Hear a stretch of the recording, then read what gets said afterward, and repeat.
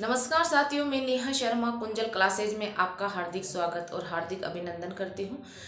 हमारा जो टॉपिक चल रहा था कि सूफी आंदोलन, तो मैंने कल वाली क्लास में मैं भक्ति आंदोलन फटाने में थी पहले, लेकिन मैंने सूफी फटा दिया।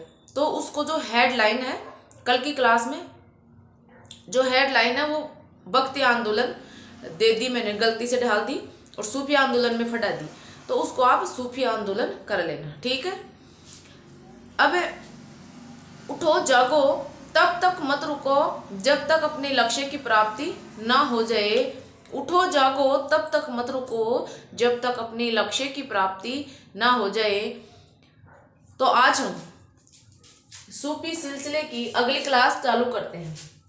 आज हम प्रमुख जो संत हैं सूफी सिलसिले के, उनके बारे में चर्चा करेंगे। तो ये है ख्वाजा मोइनुद्दीन चिश्ती। सूफी आंदोलन, ये दूसरी क्लास है।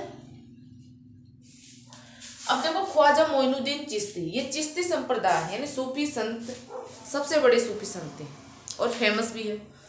तो इसके बारे में हम चर्चा करेंगे कि ख्वाजा मोइनुद्दीन चिश्ती, तो इनका जन्म 1143 में फारस में हुआ था। कहाँ हुआ था? फारस में। इनके पिता का नाम पूछे तो ख्वाजा गियासुद्दीन हसन और माता का नाम शाहे नूर था। आपको जो ये माता पिता और जन्म संबंधी जो फैक्ट है वो आपको ऐसे कैसे याद करने हैं। फिर है गुरु उस्मान हारूनी, और इनकी जो दरगाह है वो अजमेर में है, और अजमेर में इनका सबसे बड़ा उर्स आयोजित होता है।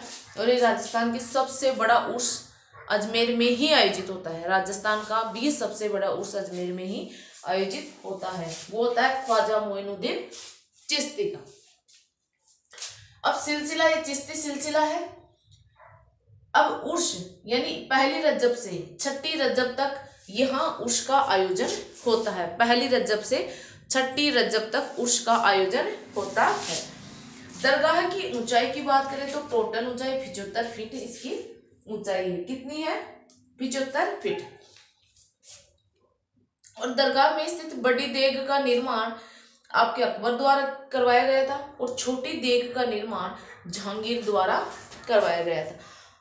बड़ी देग का निर्माता अकबर और छोटी देग के निर्माता आपके जहांगीर है।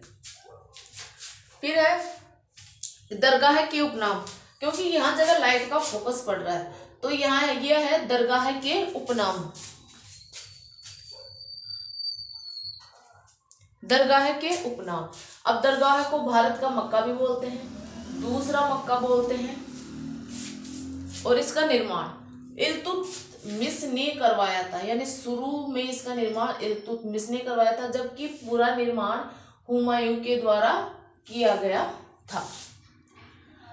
अब मोहम्मद बिन तुगलक ऐसा शासक है जो इस दरगाह में आने वाला पहला सुल्तान है। यानी जो ख्वाजा मोइनुद्दीन चिश्ती की दरगाह है, अजमेर में स्थित है, वहां आने वाला प्रथम शासक मोहम्मद बिन तुगलक पहला शासक है। दरगाह में निजाम द्वार का निर्माण हैदराबाद निजाम मीर उस्मान अली द्वारा करवाया गया था। अब देखो, जो दर्शनीय स्थल है दरगाह में, कौन कौन से दर्शनीय स्थल फेमस है, वो आपका निजाम द्वार, जामा मस्जिद, बुलंद दरवाजा, गुंबद, है ना। तो ये पक्की मजार, ये मोस्ट इम्पोर्टेंट फैक्ट है, क्योंकि ये दर्शनीय स्थल है ना। तो दरगाह में निजाम द्वार का निर्माण निजाम मीर उस्मान अली खान द्वारा किया गया। जामा मस्जिद का निर्माण शाहजहां द्वारा, बुलंद दरवाजे का निर्माण महमूद खिलजी द्वारा, गुंबद का निर्माण गयासुद्दीन खिलजी द्वारा, और गयासुद्दीन मोहम्मद खिलजी ने दरगाह में पक्की मजार का निर्माण करवाया था। तो ये फैक्ट आपको ऐसे कि ऐसे याद रखने हैं, इनमें ज़्यादा वो कोई रटने वाली बात है नहीं, बस ऐसे कि ऐसे आपको फैक्ट याद रखने हैं। अब इसका स्क्रीनशॉट ले लीजिए।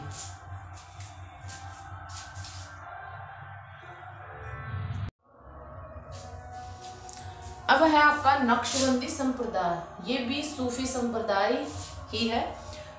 नक्शबंदी संप्रदाय, इसकी नींव बांकी बिरला द्वारा रखी गई थी।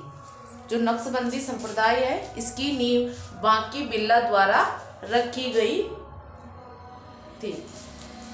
नक्शबंदी संप्रदाय के प्रमुख संत शेख अहमद चिश्ती है, प्रमुख संत। और नक्शबंदी संप्रदाय के उपनाम या अन्य नाम आपके इस्लाम का नवजीवन दाता, धर्म सुधारक, इन दोनों ही नक्शबंदी संप्रदाय के उपनाम है। फिर है आपका शतारी संप्रदाय, इसके संस्थापक है शाह अब्दुल शतारी।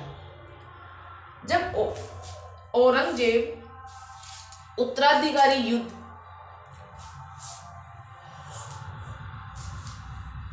लड़ रहे थे तब इस सिलसिले के प्रमुख जो संत शेख बुरहानुद्दीन गरीब, इस संत से औरंगजेब ने आशीर्वाद लिया था कि मैं उत्तराधिकारी युद्ध में विजयी हो जाऊं। यह आशीर्वाद इन्होंने लिया था शेख बुरहानुद्दीन गरीब से। फिर है सुहरावर्दी संप्रदाय, इसकी नींव शेख सिहबुद्दीन सुहरावर्दी ने रखी।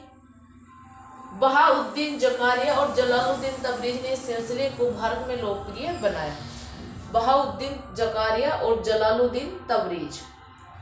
मुल्तान, सिंध और पंजाब इससे प्रभावित रहे। सबसे ज्यादा प्रभावित मुल्तान, सिंध और पंजाब इससे रहे।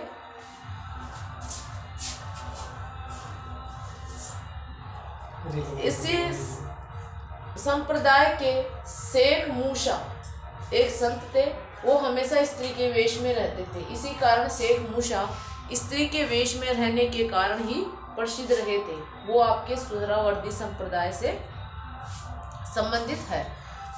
और इस संप्रदाय के संत जिन्होंने 36 बार मक्का मदीना की यात्रा की थी वो थे संत सैयद जलालुद्दीन सुर्ख बुखारी। इस संत ने 36 बार मक्का मदीना की यात्रा की थी। तो इसका स्क्रीनशॉट ले लीजिए।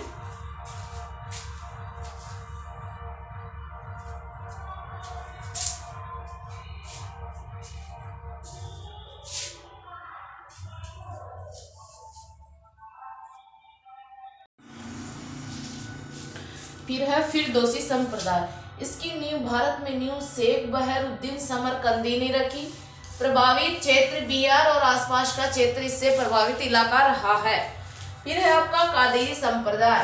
कादिरी संप्रदाय के संस्थापक शेख अब्दुल कादिर जिलानी है और भारत में इसके संस्थापक सैयद नसीरुद्दीन मोहम्मद जिलानी है।